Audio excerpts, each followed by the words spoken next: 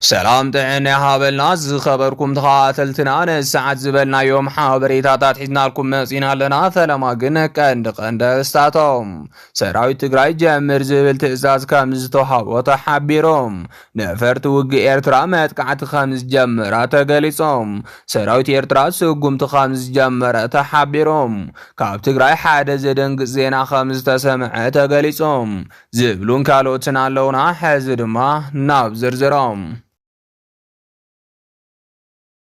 سراوي تقراي جمر زبل تأزاز كامزتو حابوتا حبيروم كافل فلات نازي تارخب حبريتا خمزة ملاخوتو سراوي تقراي وفر نسانت كامز جمرتا حبيروم كافل فلات 4 كيلو تارخب حبريتا خمز حبرو سرعت بالسقنا قابل الهز تقراي داق ماي ورار نمجمار ابو سانا خمز بسحيتا قاليسوم بمسارة زيدو ما اتز تارخب حبريتا بالسقنا ارومو اب آداما علسو اخيواتا اميتوم اب وداي تقراين ايرتران كمكر كامز زقنه تحبير لهم كابتا خيبا شولي خزوص حبريتا خمز قلصو قداي ارتراز تودن طورنت ناي قدم مخوانون زتقلص انتخون اب قداي تقراي قن بوزح كركر كامز تقبرة تفليتهم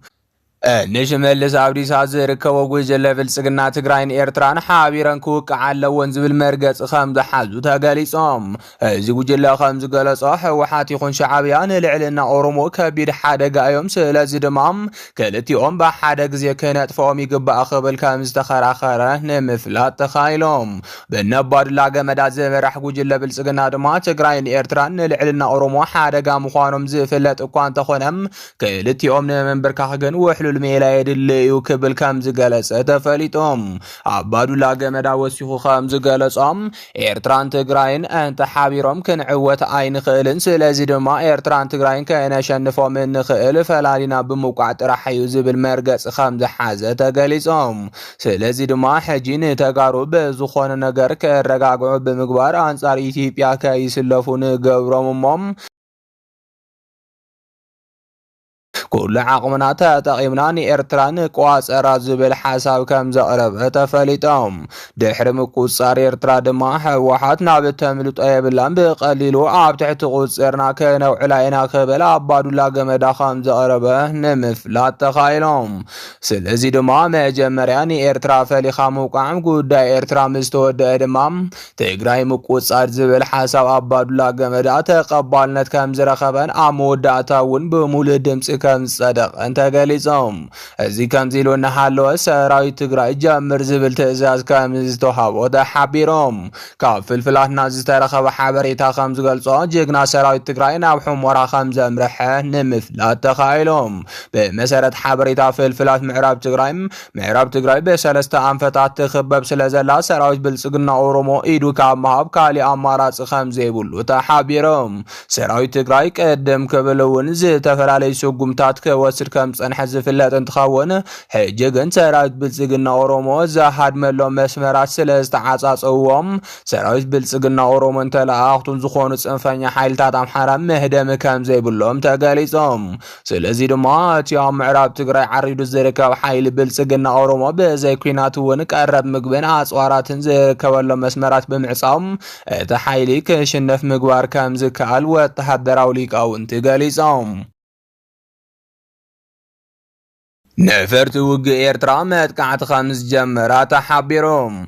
سرعت بلصقنا اورومو ابا كايدوم صنح وفرتات بر بحر مقصار ناي قدنيو كبل انا قلص اكوان تصنحهم كابتوم ابلعلي إيرترا نزقبر ورار كتحابرو استمرص حاره زخونه امباسادر دينا مفتون ابسوم نزيز لاو فيديو عابي اجندا خويني ركاب امباسادر دينا مفتي إثيوبيا عابي قدف هداس إثيوبيا امريكان حزب عالم اسدمي مان تركب درجن كل من سينان ابقى بحر كزمتالو خبل كمز قلصة حبيروم دينا مفتي وسيخو خمز قلصة إثيوبيا وصاي اتلوخون اب هاجر تأتو النقري بحسوس عبس لزلام إثيوبيا وانانيت بر بحرنا يقدن كن قبرعنا خبل قالي سلام كابزي حاليفون جنرالات ميكل خال هاجر إثيوبيا بفلاي دما اتوم تولرتو اورومو سراويت نازل تمنت الا ودبنا نمملاس تدالي لام سلازي دما جمر زبل ممرحي يصب زلو كبل كمز قلصة حبيروم ገሊጾም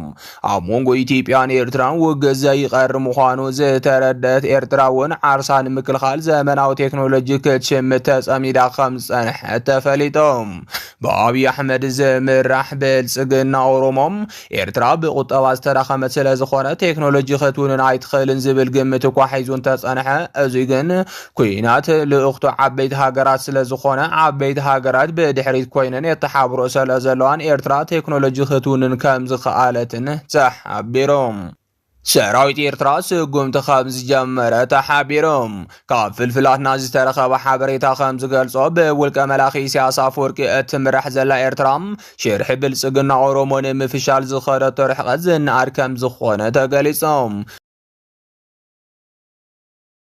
በአብይ አሕመድ ዝምራሕ ብልጽግና ኦሮሞ ከቢድ ሓይሊ ድሮን ከም ዝወነነ ንህዝቢ ኢትዮጵያ ንህዝቢ አፍሪካ ንምትላል እንተፈተነኳም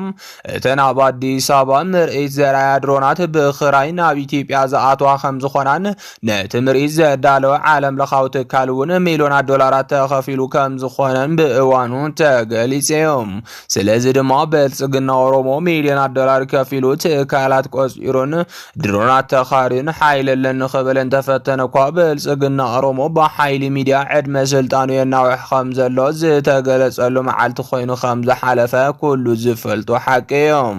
ብልጽግና ዝተወሰና ድሮናት እንተለዎ እኳም ብሕፅረት ዶላር ይሳቐ ስለ ዘሎ ነተን ድሮናት ዝኸውን ተተኳሲ ምግዛእ ከም ዘይከኣለ ፍልፍላት 4 ኪሎ ይሕብሮም ስለዚ ድማ አብይ አሕመድ ምስ ኤርትራ ዝጅምሮ ዘሎ ኩናት ብዓወት ኤርትራ ክዛዘም ከም ዝኽእል ተገሊጾም እዚ ከምዚ ኢሉ እናሃለወ ሰራዊት ኤርትራ ስጉምቲ ከም ዝጀመረ ተሓቢሮም ካብ ፍልፍላትና ዝተረኸበ ሓበሬታ ከም ዝገልጾ ሰራዊት ብልጽግና ኦሮሞ ወደብ ዓሰብ በሓይሊ ምቁጻር ብግንባር ቡሬ ተጸጊዑ ከም ጸንሐና ተጸብጸበ ጸኒሖም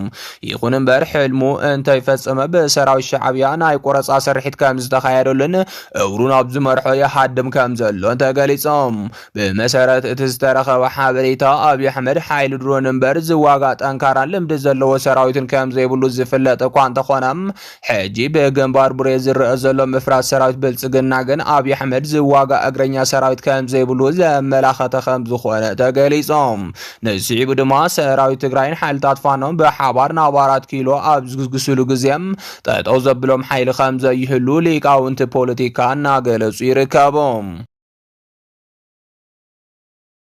ካብ ትግራይ ሓደ ዘደንግጥ ዜና ከም ዝተሰምዐ ተገሊጾም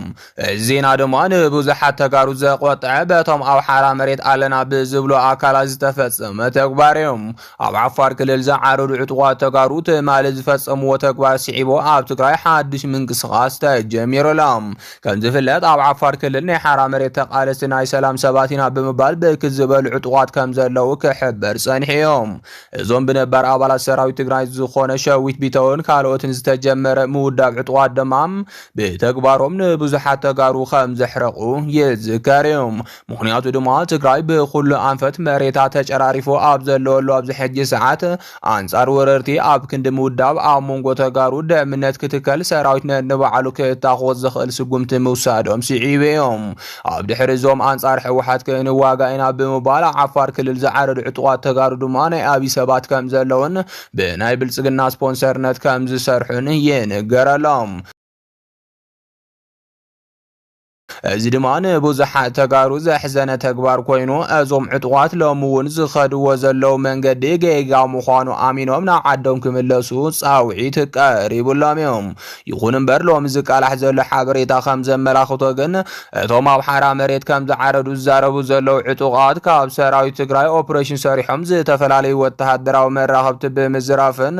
ኣብ ልዕሊ TDF ሓደጋ ምብፅሖምን ተገሊጹሎም ከም ዝፍለጥ ቅድሚ ሕዚ እውን ኣብ ሓውዜን ትርከብ ካብ ኣርሚ 33 ነቲ ዝረኸቡ ወተሃደራዊ መራኸብታትን ራድዮታትን ብኦፕሬሽን ከም ዝወሰድዎ ሓቢሮም እዮም እዚ ድማ ቀይሕ መስመር ተባሂሉ ብተጋሩ ዝግለጽ ዝነበረ ኮይኖም እዞም ዕጡቋት ኣብ ልዕሊ ዓደይሉ ኩሉ መከራ ተጻዊሩ ዘሎ ሰራዊት ትግራይ ኦፕሬሽን እንተወሲዶም ኣዝዩ ሓደገኛ ተግባር ምዃኑን መንግስቲ ትግራይ ግልጽ ቅዋም ክሕዘሎምን ክቐርብ ጸኒሑ እዮም ይኹን እምበር እቲ ሓቂ ካሊእ ምዃኑ ዝገልጹ ወገናት ዘለው ኮይኖም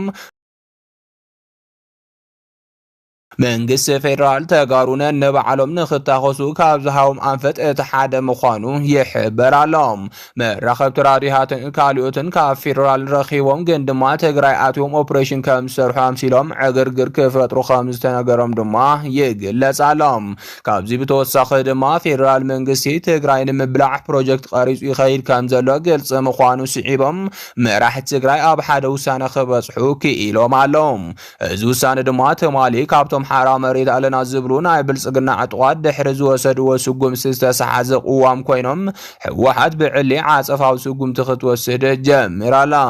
እዚ ስጉምቲ ብልጽግና ውዕሊ ፕሪቶርያ ሽፋን ገይሩ ኣብ ትግራይ ዘለው ሰራዊት ንምብታን ተሊሞም ዝነበሩ 75,000 TDF ዕጥቂ ክፈትሖም ሎሚ 17,000 ጥራሕ ዕጥቂ ምስ ፈትሑ ደው ክብል ተገይሩሎም። ኣብ ሕክምና ደቂሶም ዘለው ኣባላት ሰራዊት ትግራይ ጥራሕ እግሪ መትከል ክውሃቡ እቲ ካሊእ ኣባል ሰራዊት ትግራይ ግን ክጸንሕ ተወሲኑ ምህላው ዝረኸብናዮ ሓበሬታ የረድም። ብተወሳኺ እውን ውድብ ህወሓት ሎሚ ምስ ኣባላት ሰራዊት ትግራይ ምስቲ ግዝያዊ ምሕዳርን ካልኦትን ኣኼባ ከም ዝነበሮም ዝተገለጸ ኮይኖም ፌደራል መንግስቲ 5 ግንቦት ንህወሓት ደምሲሶም ብዓፋር ዘዳለዎም ዕጥቋት ወዲቡ ሰራዊት ትግራይ ከብተን ገይሩ ዳግም ትግራይ ንምቁጻር ትልሚ ክሳብ መወዳእታ ወርሒ ነሓሰ ከም ተግባር ከም ዝተለመ ሓቢሮም ነይሮም እዮም። ነስዒቡ ድማ ውድብ ህወሓት ሓይሊ ምጥንኻር ከም ዘድሊ ብምሕባር ሰራዊት ትግራይ ብዲዲአር ምብታን ደው ከም ዘበልዎ ገሊጾም እዮም። ትእዛዝ ኣብይ ኣብ ትግራይ ከይትግበር ድማ ባዕሉ ዶክተር ደብረጽዮን ከም ዝኣዘዘ ዝተሓበረ ኮይኖም ዝገብሮም ዘሎ ሽርሕታት ከሳውዶ ዘብል ምርኻብ ምስ ኣብይ ደው ከም ዘበሉን ኩሉ ዓይነት ምድላው ክህሉን ኣዚዞም ኣሎም። ብፍላይ ትማሊ ካብ ዓፋር ክልል ዝተልዓሉ ኣብ ልዕሊ ሰራዊት ትግራይ ጉድኣት ከም ዘብጽሑ ዝተነገረሎም ኣባላት እቶም ናይ ሓይሊ ሰላም ኢናባሃል ዝግብኦም መቕጻዕቲ ንምርካብ ምንቅስቓስ ከም ዝተጀመረ ተሓቢሩሎም። ስለዚ ድማ ሰራዊት ትግራይ ዘየዳግም ስጉምቲ ክወስድን ወይ ድማ ምርዳእ ተገይሩ ክፈርሱ ክግበርን ከም ዘለዎ ዝተፈላለዩ ተንተንቲ ይጽውዑሎም። ዝኸበርኩም ተኸታተልትና ነሰዓት ዝበልናዮም ሓበሬታታት ነዚኦም ይመስሉ ነይሮም። ንምክትታልኩም ካብ ልብና መስገን